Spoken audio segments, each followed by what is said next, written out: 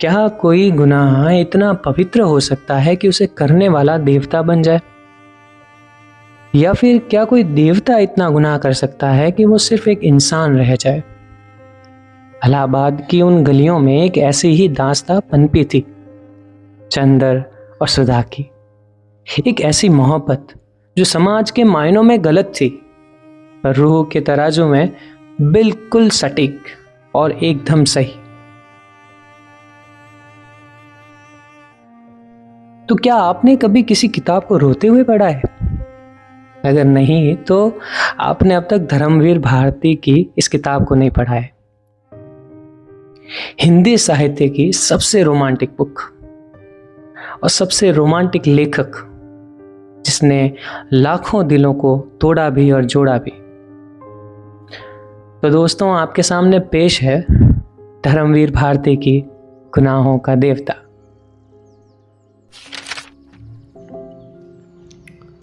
चंदर अब एकांत चाहता था और वह चंदर को मिल गया था। पूरा घर खाली, एक महाराजिन, माली और नौकर, और सारे घर में सिर्फ सन्नाटा और सन्नाटे का प्रेत चंदर। चंदर चाहे जितना टूट जाए, चाहे जितना बिखर जाए, लेकिन चंदर हारने वाला नहीं था।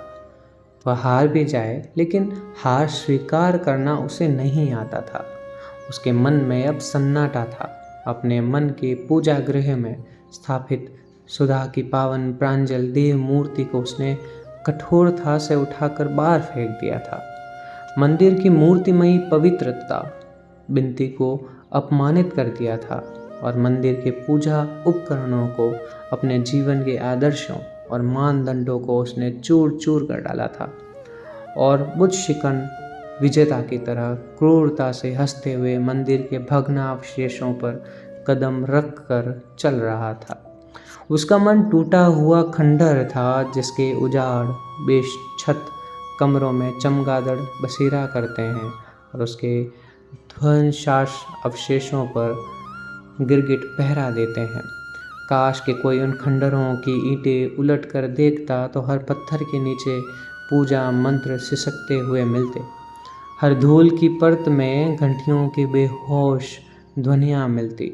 हर कदम पर मुरझाए हुए पूजा के फूल मिलते और हर शाम सवेरे भग्न देव मूर्ति का करुण रुदन दीवारों पर सिर पटकता हुआ मिलता। लेकिन चंदर ऐसा वैसा दुश्मन नहीं था। उसने मंदिर को चूर चूर कर उस पर अपने गर्व का पहरा लगा दिया था कि कभी भी कोई उस पर खंडहर के अवशेष कुरेद कर पुराने विश्वास, पुरानी अनुभूतियाँ, पुरानी पूजाएं फिर से न जगा दे। बुद्ध शिकन तो मंदिर तोड़ने के बाद सारा शहर जला देता है ताकि शहर वाले फिर उस मंदिर को न बना पाए। ऐसा था चंदर। अपने मन को सुनसान कर लेने के बाद उसने अपनी ज़िंदगी, अपना रहन सहन, अपना मकान और अपना वातावरण भी सुनसान कर लिया था। अगहन आ गया था, लेकिन उसके चारों ओर जेठ की दोपहरी से भी भयानक सन्नाटा था। बिनती जब से गई उसने कोई खत नहीं भेजा था। सुधा के भी पत्र बंद हो चुके थे। पम्मी के 2 खत आए। पम्मी आजकल दिल्ली घूम रही थी, लेकिन चंदर ने पम्मी को कोई जवाब नहीं दिया। अकेला अकेला, बिल्कुल अकेला। सहारा मरुस्थल की नीरस भयावनी शांति, और वह भी जब तक कि कांपता हुआ लाल सूरज बालू के क्षितिज पर अपनी आखिरी सांसें तोड़ रहा हो और बालू के टीलों की अधमरी छायाएं लहरदार बालू पर धीरे धीरे रेंग रही हो। बिनती के ब्याह को 15 दिन रह गए थे कि सुधा का एक पत्र आया। मेरे देवता, मेरे नयन, मेरे पंथ, मेरे प्रकाश, आज कितने दिनों बाद तुम्हें खत लिखने का मौका मिल रहा है। सोचा था बिनती के ब्याह के महीने भर पहले गांव आ जाऊंगी तो एक दिन के लिए तुम्हें आकर देख जाऊंगी, लेकिन इरादे इरादे हैं और ज़िंदगी ज़िंदगी। जब सुधा अपने जेठ और सास के लड़के की गुलाम है, ब्याह के दूसरे दिन ही चला जाना होगा। तुम्हें यहाँ बुला लेती, लेकिन यहाँ बंधन और पर्दा तो ससुराल से भी बदतर है। मैंने बिनती से तुम्हारे बारे में बहुत पूछा, वो कुछ नहीं बताया। पापा से इतना मालूम हुआ कि तुम्हारी थीसिस छपने गई है, कन्वोकेशन नज़दीक है। तुम्हें याद है वायदा था कि तुम्हारा गाउन पहनकर मैं फ़ोटो खिंचवाऊंगी। वह दिन याद करती हूँ तो जाने कैसा होने लगता है। एक कन्वोकेशन की फ़ोटो खिंचवाकर ज़रूर भेजना। क्या तुमने बिनती को कोई दुख दिया था? बिनती हरदम तुम्हारी बात पर आंसू भर लाती है। मैंने तुम्हारे भरोसे बिनती को वहाँ छोड़ा था। मैं उससे दूर, माँ का सुख उसे मिला नहीं, पिता मर गए। क्या तुम उसे इतना भी प्यार नहीं दे सकते? मैंने तुम्हें बार बार सहेज दिया था। मेरी तंदुरुस्ती अब कुछ कुछ ठीक है, लेकिन जाने कैसी है। कभी कभी सिर में दर्द होने लगता है, जी मिचलाने लगता है। आजकल वो बहुत ध्यान रखते हैं, लेकिन वे मुझको समझ नहीं पाए। सारे सुख और आज़ादी के बीच मैं कितनी असंतुष्ट हूँ, मैं कितनी परेशान हूँ। लगता है हजारों तूफान हमेशा नशों में गहराया करते हैं। चंदर, एक बात कहूँ, अगर बुरा ना मानो तो। आज शादी के 6 महीने बाद भी मैं यही कहूँगी कि चंदर, तुमने अच्छा नहीं किया। मेरी आत्मा सिर्फ तुम्हारे लिए बनी थी। उसके रेशे में वे तत्व है जो तुम्हारी ही पूजा के लिए थे। तुमने मुझे दूर फेंक दिया, लेकिन इस दूरी के अंधेरे में भी जन्म जन्मांतर तक भटकते हुई सिर्फ तुम्ही को ढूंढूंगी। इतना याद रखना। और इस बार अगर तुम मिल गए तो ज़िंदगी की कोई ताकत, कोई आदर्श, कोई सिद्धांत, कोई प्रवंचना मुझे तुमसे अलग नहीं कर सकेगी। लेकिन मालूम नहीं पुनर्जन्म सच है या झूठ। अगर झूठ है तो सोचो चंदर कि अनादि काल के प्रवाह में सिर्फ एक बार मैंने अपनी आत्मा का सत्य ढूंढ पाया था, और अब अनंत काल के लिए उसे खो दिया है। अगर पुनर्जन्म नहीं है तो बताओ मेरे देवता, क्या होगा? करोड़ों सृष्टियाँ प्रलय होंगे और मैं अतृप्त चिंगारी की तरह असीम आकाश में तड़पती हुई अंधेरे की हर परत से टकराती रहूँगी, न जाने कब तक के लिए। ज्यों ज्यों दूरी बढ़ती जा रही है, त्यों त्यों पूजा की प्यास बढ़ती जा रही है। काश मैं सितारों के फूल और सूरज की आरती से तुम्हारी पूजा कर पाती, लेकिन जानते हो मुझे क्या करना पड़ रहा है? मेरे छोटे भतीजे नीलू ने पहाड़ी चूहे पाले हैं। उनके पिंजड़े के अंदर एक पहिया लगा है और ऊपर घंटियां लगी है। अगर कोई अभागा चूहा उस चक्र में उलझ जाता है तो ज्यों ज्यों छूटने के लिए वो पैर चलाता है, त्यों त्यों चक्र घूमने लगता है, घंटियां बजने लगती है। नीलू बहुत खुश होता है, लेकिन चूहा थक कर बेदम होकर नीचे गिर पड़ता है। कुछ वैसे ही चक्कर में फंस गई हूँ चंदर। संतोष सिर्फ इतना है कि घंटियाँ बजती है तो शायद तुम उन्हें पूजा के मंदिर की घंटियाँ समझते होंगे, लेकिन खैर सिर्फ इतनी प्रार्थना है चंदर कि अब थक कर जल्दी ही गिर जाऊं। मेरे भाग्य, खत का जवाब जल्दी ही देना। पम्मी अभी आई या नहीं? तुम्हारी जन्म जन्म की प्यासी सुधा। चंदर ने खत पढ़ा और फौरन लिखा, प्रिय सुधा, तुम्हारी पत्र बहुत दिनों के बाद मिला। तुम्हारी भाषा वहाँ जाकर बहुत निखर गई है। मैं तो समझता हूँ कि अगर खत कहीं छुपा दिया जाए तो लोग इसे किसी रोमांटिक उपन्यास का अंश समझें, क्योंकि उपन्यासों के ही पात्र ऐसे लिखते हैं, वास्तविक जीवन के नहीं। खैर, मैं अच्छा हूँ। हर एक आदमी ज़िंदगी से समझौता कर लेता है, किंतु मैंने ज़िंदगी से समर्पण करा के उसके हथियार रख लिए हैं। अब किले के बाहर से आने वाली आवाज़ें अच्छी नहीं लगती, न खतों के पाने की उत्सुकता, न जवाब लिखने का आग्रह। अगर मुझे अकेला छोड़ दो तो बहुत अच्छा होगा। मैं विनती करता हूँ कि मुझे खत मत लिखना। आज विनती करता हूँ क्योंकि आज्ञा देने का अब साहस भी नहीं, अधिकार भी नहीं, व्यक्तित्व भी नहीं। खत तुम्हारा तुम्हें भेज रहा हूँ। कभी ज़िंदगी में कोई ज़रूरत आ पड़े तो ज़रूर याद करना, बस इसके अलावा कुछ नहीं। अपने में संतुष्ट, चंद्रकुमार कपूर।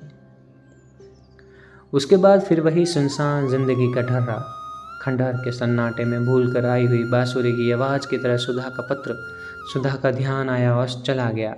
खंडहर का सन्नाटा सन्नाटे के उल्लू गिरगिट और पत्थर कांपे और फिर मुस्तैदी से अपनी जगह पर जम गए, और उसके बाद फिर वही उदास सन्नाटा, टूटता हुआ सा अकेलापन और मूर्छित दोपहरी के फूल सा चंदन।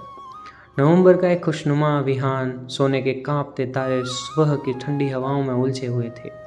आकाश एक छोटे बच्चे के नीलम नयनों की तरह भोला और स्वच्छ लग रहा था। क्यारियाँ शरद के फूलों से भर गई थी और एक नई ताजगी मौसम और मन में पुलक रही थी। चंदर अपना पुराना कत्थई स्वेटर और पीले रंग के पश्मीने का लंबा कोट पहने लॉन पर खड़ा टहल रहा था। छोटे छोटे पिल्ले दूब पर किलोल कर रहे थे। सहसा एक कार आकर रुकी और पम्मी उसमें से कूद पड़ी और कुंवारी हिरण की तरह दौड़कर चंदर के पास पहुंच गई। हेलो माय बॉय, मैं आ गई। चंदर कुछ नहीं बोला। आओ ड्राइंग रूम में बैठो, उसने उसी मुर्दा सी आवाज़ में कहा। उसे पम्मी के आने की कोई प्रसन्नता नहीं थी। पम्मी उसके उदास चेहरे को देखती रही, फिर उसके कंधे पर हाथ रखकर बोली, क्यों कपूर, कुछ बीमार हो क्या? नहीं, आजकल मुझे मिलना जुलना अच्छा नहीं लगता, अकेला घर भी है, उसने उसी फीकी आवाज़ में कहा। क्यों, मिस सुधा कहाँ है और डॉक्टर शुक्ला? वे लोग मिस बिनती की शादी में गए हैं। अच्छा, उसकी शादी भी हो गई? डैम इट, जैसे ये लोग पागल हो गए हैं। बर्टी, सुधा, बिनती, क्यों मिलते जुलते क्यों नहीं तुम? यूं ही मन नहीं होता। समझ गई, जो तुम्हें मुझे 3-4 साल पहले हुआ था, कुछ निराशा हुई है तुम्हें? पम्मी बोली। नहीं, ऐसी तो कोई बात नहीं, कहना मत अपनी जबान से। स्वीकार कर लेने से पुरुष का गर्व टूट जाता है। यही तो तुम्हारे चरित्र में मुझे प्यारा लगता है। खैर, ये ठीक हो जाएगा, मैं तुम्हें ऐसे नहीं रहने दूंगी। मसूरी में इतने दिन क्या करती रहती थी तुम? चंदन ने पूछा। योग साधना, पम्मी ने हंसकर कहा। जानते हो, आजकल मसूरी में बर्फ़ पड़ रही है। मैंने कभी बर्फ़ के पहाड़ नहीं देखे थे। अंग्रेजी उपन्यासों में बर्फ़ पड़ने का जिक्र सुना बहुत था, सोचा देखती आऊँ। क्या कपूर, तुम खत क्यों नहीं लिखते थे? मन नहीं होता था। अच्छा, बर्टी की शादी कब होगी? चंदन ने बात टालने के लिए कहा। हो भी गई, मैं आ भी नहीं पाई कि सुनते हैं जैनी एक दिन बर्टी को पकड़कर खींच कर ले गई और पादरी से बोली, अभी शादी करा दो। उसने शादी करा दी। लौट कर जैनी ने बर्टी का शिकारी सूट फाड़ डाला और अच्छा सा सूट पहना दिया। बड़े विचित्र है दोनों। एक दिन सर्दी के वक्त बर्टी स्वेटर उतारकर जैनी के कमरे में गया तो मारे गुस्से के जैनी ने सिवा पतलून के सारे कपड़े उतराकर बर्टी को कमरे से बाहर निकाल दिया।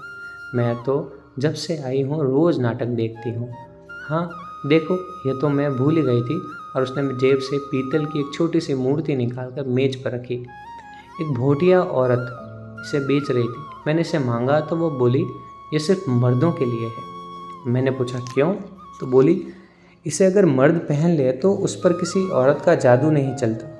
वह औरत या तो मर जाती है या भाग जाती है या उसका ब्याह किसी दूसरे से हो जाता है। तो मैंने सोचा तुम्हारे लिए लेती चलो। चंदर ने देखा, वह अवलोकितेश्वर की महायानी मूर्ति थी। उसने हंसकर उसे ले लिया, फिर बोला, और क्या लाई अपने लिए?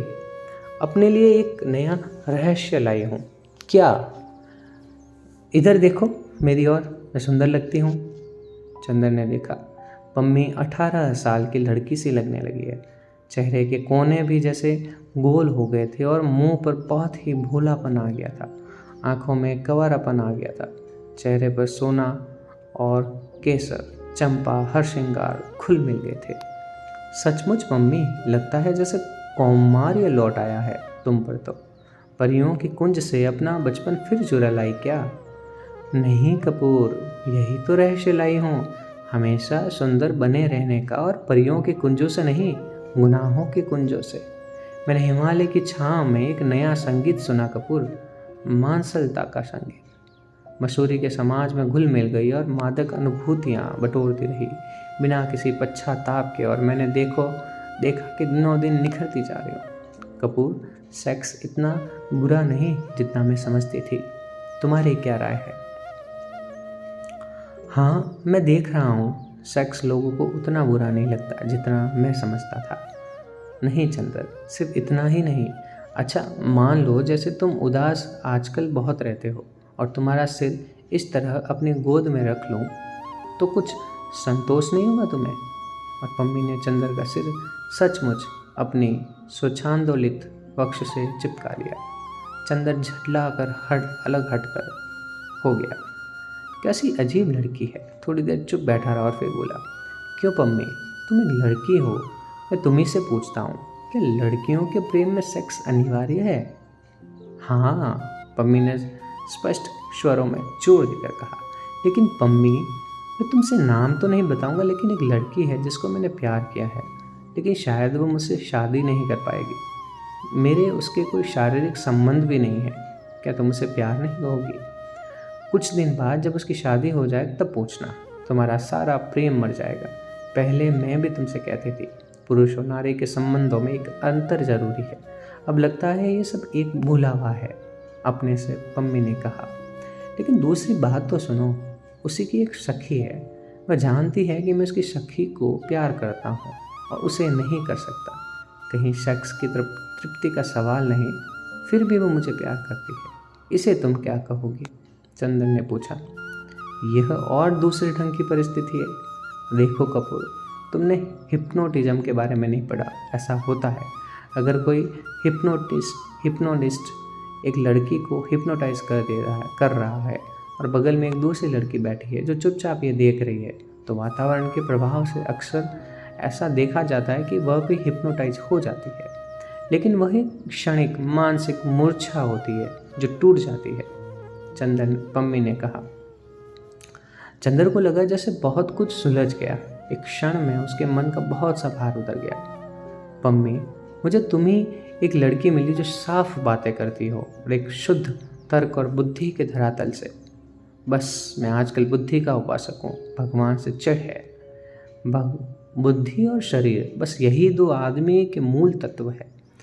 हृदय तो दोनों के अंतः संघर्ष की उलझन का नाम है, पम्मी ने कहा और सहसा घड़ी देखते हुए बोली, 9 बज रहे हैं, चलो 9:30 से मैटिनी है, आओ देखाएं। मुझे कॉलेज जाना है, मैं जाऊंगा कहीं नहीं। आज इतवार है प्रोफेसर कपूर, पम्मी चंदर को उठाकर बोली। मैं तुम्हें उदास नहीं होने दूंगी, मेरे मीठे सपने। तुमने भी मुझे इस उदासी के इंद्रजाल से छुड़ाया था, याद है ना? और चंदर के माथे पर अपने गर्म मुलायम होठ रख दिए। माथे पर पम्मी के होठों की गुलाबी आग चंदर की नसों को गुदगुदा गई। वो क्षण भर के लिए अपने को भूल गया। पम्मी के रेशमी फ्रॉक के गुदगुदाते हुए स्पर्श, उसके वक्ष की अलभ्य गरमाई उसके स्पर्श के जादू में खो गया। उसके अंग अंग में सुबह की शबनम ढलकने लगी। पम्मी उसके बालों की उंगलियों से सुलझाती रही, फिर कपूर के गाल थपथपाकर बोली, चलो। कपूर जाकर बैठ गया। तुम ड्राइव करो, पम्मी बोली। चंदर ड्राइव करने लगा और पम्मी कभी उसके कॉलर, कभी उसके बाल, कभी उसके होठों से खेलती रही। सात चांद की रानी ने आखिर अपनी निगाहों के जादू से सन्नाटे के प्रेत को जीत लिया। स्पर्शों के सुकुमार रेशमी तारों ने नगर की आग को शबनम से सींच लिया। उबड़ खाबड़ खंडहर को अंगों के गुलाब की पाखुरियों से ढक दिया और पीड़ा के अंधियारे को सीपियाँ पलकों से झरने वाली दूधियाँ चांदनी से धो दिया। एक संगीत की लय थी जिसमें स्वर्ग भ्रष्ट देवता खो गया। संगीत की लय थी या उद्दाम यौवन का भरा हुआ ज्वार था जो चंद्र को उसके एक मासूम फूल की तरह बहा ले गया। जहाँ पूजा दीप बुझ गया था, वहाँ तरुणाई की सांस की इंद्रधनुषी क्षमा छिलमिला उठी थी। जहाँ फूल मुरझाकर धूल में मिल गए थे, वहाँ पुखराजी स्पर्शों के सुकुमार हर श्रृंगार झर पड़े। आकाश के चांद के लिए जिंदगी के आंगन में मचलता हुआ कन्हैया थाली के प्रतिबिंब में ही धुल गया। चंद्र की शामें पम्मी के अदम्य रूप की छांव में मुस्कुरा उठी। ठीक 4 बजे पम्मी आती, कार पर चंद्र को ले जाती और चंद्र 8 बजे लौटता। प्यार के बिना कितने महीने कट गए, पम्मी के बिना एक शाम नहीं बीत पाती। लेकिन अब भी चंद्र ने अपने को इतना दूर रखा था कि कभी पम्मी के होठों के गुलाबों या चंद्र के होठों के मूंगे से बात भी नहीं की थी। एक दिन रात को जब वह लौटा तो देखा कि अपनी कार आ गई है। उसका मन फूल उठा, जैसे कोई अनाथ भटका हुआ बच्चा अपने संरक्षक की गोद के लिए तड़प उठता है। वैसे ही वह पिछले 1.5 महीने डॉक्टर साहब की तरस गया था, जहाँ इस वक्त उसके जीवन में सिर्फ नशा और नीरसता थी। वही हृदय के कोने में सिर्फ एक सुकुमार भावना शेष रह गई थी। वह थी डॉक्टर शुक्ला के प्रति। वो भावना कृतज्ञता की भावना नहीं थी। डॉक्टर शुक्ला इतने दूर नहीं थे कि वह उनके प्रति कृतज्ञ हो। इतने बड़े हो जाने पर भी वह जब कभी डॉक्टर को देखता था तो लगता था जैसे कोई नन्हा बच्चा अपने अभिभावक की गोद में आकर निश्चिंत सा हो जाता हो। उसने पास आकर देखा, डॉक्टर साहब बरामदे में टहल रहे थे। चंदर दौड़कर उनके पांव पर गिर पड़ा। डॉक्टर साहब ने उसे उठाकर गले से लगा लिया और बड़े प्यार से उसकी पीठ पर हाथ फेरते हुए बोला, कन्वोकेशन हो गया, डिग्री जीत लाए। जी हाँ, बड़ी विनम्रता से चंदर ने कहा। बहुत ठीक, अब डीलिट की तैयारी करो, तुम्हें जल्द ही सेंट्रल गवर्नमेंट में जाना है। डॉक्टर साहब बोले, मैं तो 15 जनवरी को दिल्ली जा रहा हूँ, कम से कम साल भर के लिए। इतनी जल्दी? ऑफ़र कब आया? चंदर ने अचरज से पूछा। मैं उन दिनों दिल्ली आ गया था ना, तभी एजुकेशन मिनिस्टर से बात हुई थी। डॉक्टर साहब ने चंदर को देखते हुए कहा, अरे तुम कुछ दुबले हो रहे हो, क्यों? महाराजिन ने ठीक से काम नहीं किया? नहीं, चंदर हंसकर बोला, बिंती की शादी ठीक ठाक हो गई। बिंती की शादी? डॉक्टर साहब ने सिर झुकाए हुए टहलते हुए बड़ी फीकी हंसी हंसकर कहा, बिंती और तुम्हारी बुआ जी दोनों अंदर है। अंदर है? चंदर को रहस्य कुछ समझ में नहीं आता था। इतनी जल्दी बिंती लौट आई? बिंती गई कहाँ? डॉक्टर साहब ने बहुत चुपचाप सिर झुकाकर कहा और बहुत करुण उदासी उनके मुंह पर छा गई। वो बेचैनी से बरामदे में टहलने लगे। चंद्र का साहस नहीं हुआ कुछ पूछने का। कुछ अमंगल अवश्य हुआ है। वो अंदर गया। बुआ जी अपनी कोठरी में सामान रख रही थी और बिंती बैठी सील कर उड़द की भीगी दाल पीस रही थी। बिंती ने चंद्र को देखा, दाल में सने हुए हाथ जोड़कर प्रणाम किया, सिर को आंचल से ढककर चुपचाप दाल पीसने लगी। कुछ बोली नहीं। चंदन ने प्रणाम किया और जाकर बुआ के पैर छू लिए। अरे चंदर है, आओ बेटवा, हम तो लुट गए। और बुआ वही देहरी पर सिर थाम कर बैठ गई। क्या हुआ बुआ जी? खोद के भैया, जौन बदा रहा भाग में वो ही भवा। और बुआ अपनी धोती से आंसू पोंछ कर बोली, ये हमारी छाती पर मूंग दरे के लिए बदी रही तौन जमी है। भगवान कोनो को ऐसी कलंकिनी बेटियां ना दे। 3 भावरी के बाद बारात उठ गई भैया, हमारा तो कुल डूब गया। और बुआ जी ने ऊंच स्वर में रुदन शुरू कर दिया। बिंती ने चुपचाप हाथ धोए और उठकर छत पर चली गई। चुप रहे हो, अब रोए रोए के काहे जीव हलकान करतो। गुणवंती बिटिया बाए, हजारन आए के बिटिया के लिए गोड़े गिरे है, अपना एकांत होई के बैठो। महाराज ने पूरी उतारते हुए कहा। आखिर क्या बात हुई है महाराजिन? चंद ने पूछा।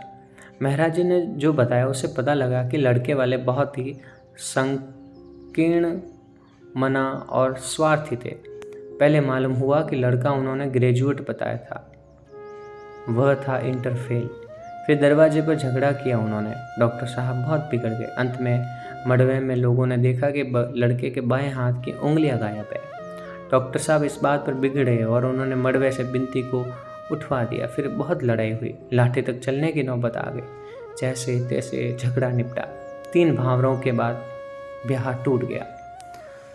अब बताओ भैया, सहसा बुआ आंसू पोंछ कर गरज उठी, इन्हें का हुई गवा रहा, इनकी मती मारी गई। गुस्से में आए कि बिंती को उठवाए लेहिन। अब हम ऐती बड़ी बिटिया लेके कहाँ जाए? अब हमारी बिरादरी में कौन पूछिएगा? इतना पढ़ लिख के इन्हें का सूझा। अरे लड़की वाले हमेशा दब के चले चाहिए। अरे तो क्या आंख बंद कर लेते? लंगड़े लूले लड़के से कैसे ब्याह कर देते बुआ, तुम भी गजब करती हो। चंद्र बोला। भैया जेके भाग में लंगड़ा लूला बदा होए ओका ओही मिले। लड़कियन को निभाह करके करे चाहे कि शक्ल देखे चाहे। अब इन ब्याह के बाद कोनो के हाथ गोड़ टूट जाए तो औरत अपने आदमी को छोड़ के गली गली की हाड़ी चाटे। हम रहे तो जब बिनती 3 बरस की हुई गई तब उनकी शक्ल उजेले में देखा रहा, जैसा भाग में रहा तैसा होता। चंदर ने विचित्र हृदयहीन तर्क को सुना और आश्चर्य से बुआ की ओर देखने लगा। बुआ जी बकती जा रही थी। अब कहते हैं कि बिनती को पढ़ो बे, ब्याह न करो बे, रही सही इज्जत भी बेच रहे हैं, हमार तो किस्मत फूट गई। और वे फिर रोने लगे। पैदा होते काहे नहीं मर गई, कुल बोरनी कुलक्षिणी अभागिन।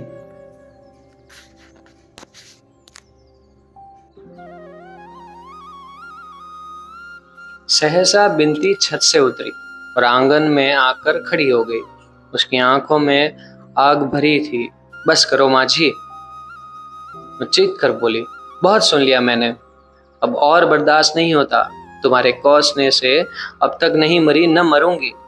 अब मैं सुनूंगी नहीं, मैं साफ कह देती हूँ। तुम्हें मेरी शक्ल अच्छी नहीं लगती तो जाओ तीर्थ यात्रा में अपना परलोक सुधारो, भगवान का भजन करो, समझी कि नहीं? चंदर ने ताज्जुब से बिनती की ओर देखा। ये वही बिनती है जो माजी की जरा जरा सी बात से लिपट कर रोया करती थी। बिनती का चेहरा तमतमाया हुआ था और गुस्से से बदन कांप रहा था। बुआ उछल कर खड़ी हो गई और दुगनी चीख कर बोली, अब बहुत जबान चले लगी है। कौन है तोर जेके बल पर ये चमक दिखावते हमका, हम काट के धर देवे तो के बताए देत। मुँह जासी ऐसी ना होती तो काहे ये दिन देखे पड़त। उन्हें तो खाई गई, हमहू का खाए लेव।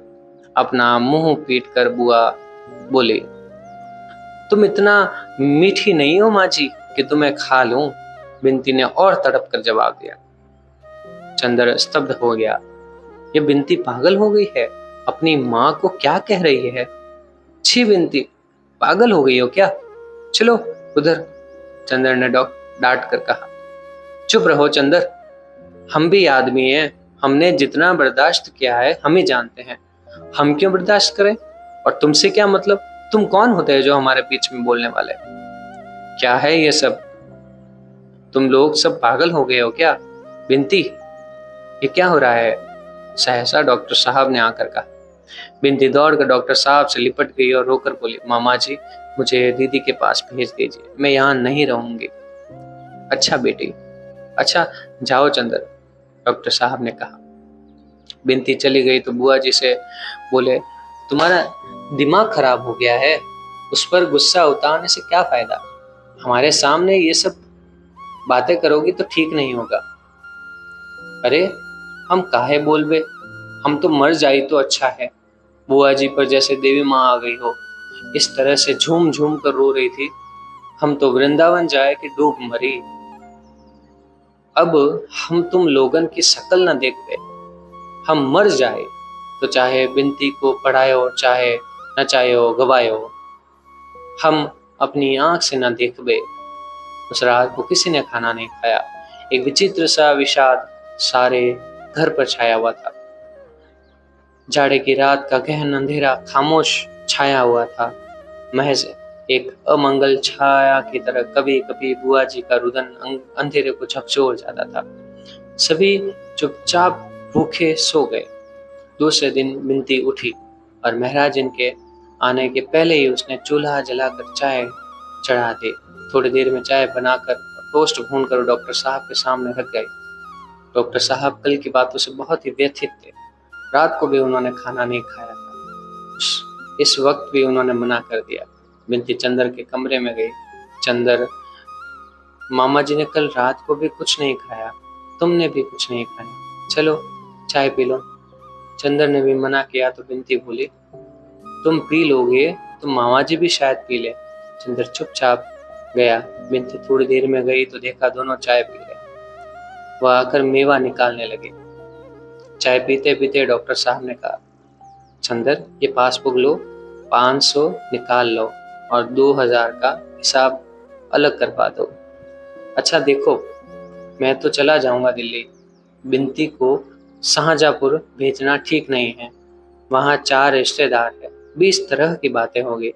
लेकिन मैं चाहता हूँ अब आगे जब तक ये चाहे पढ़े, अगर कहो तो यहाँ छोड़ जाऊं, तुम पढ़ाते रहना। बिनती आ गई और तश्तरी में भुना मेवा रखकर उसमें नमक मिला रही थी। चंदन ने स्लाइस उठाई और उस पर नमक लगाते हुए बोला, वैसे आप यहाँ छोड़ जाए तो कोई बात नहीं है, लेकिन अकेले घर में अच्छा नहीं लगता। 2-1 रोज की बात दूसरी होती है, एकदम से साल भर के लिए आप समझ लें। हाँ बेटा, कहते हो तो तुम ठीक हो। अच्छा, कॉलेज के हॉस्टल में अगर रख दिया जाए? डॉक्टर साहब ने पूछा।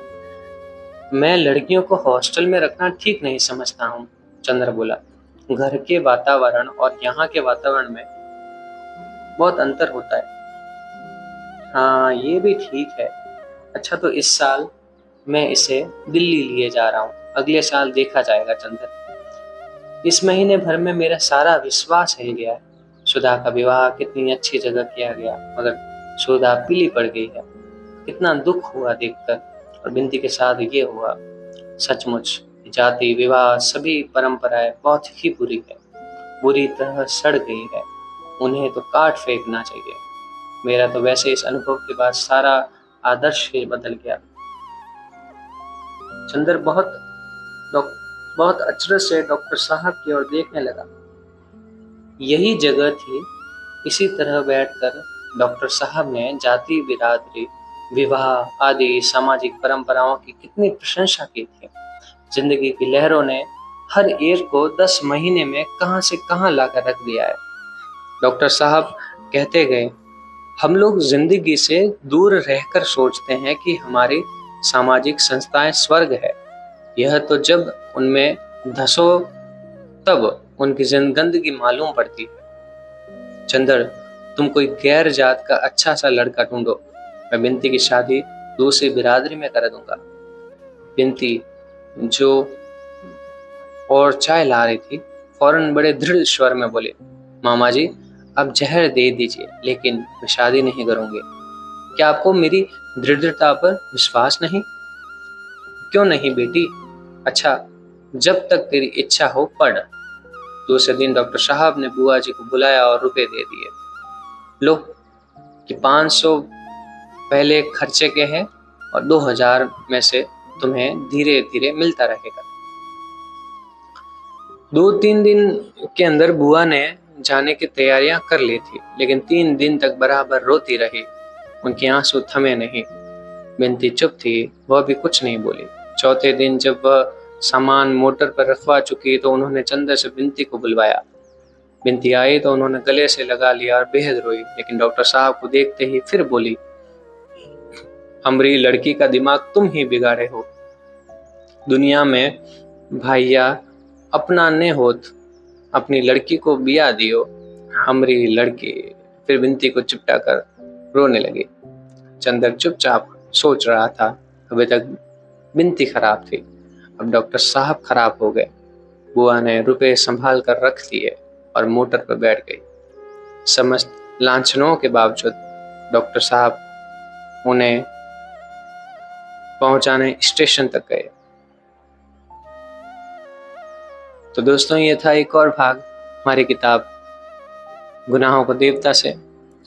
मिलते हैं जल्द ही अपने अगले एपिसोड में। तब तक कहानियां सुनते रहिएगा, कहानियां जीते रहिएगा और अपना ख्याल रखिएगा।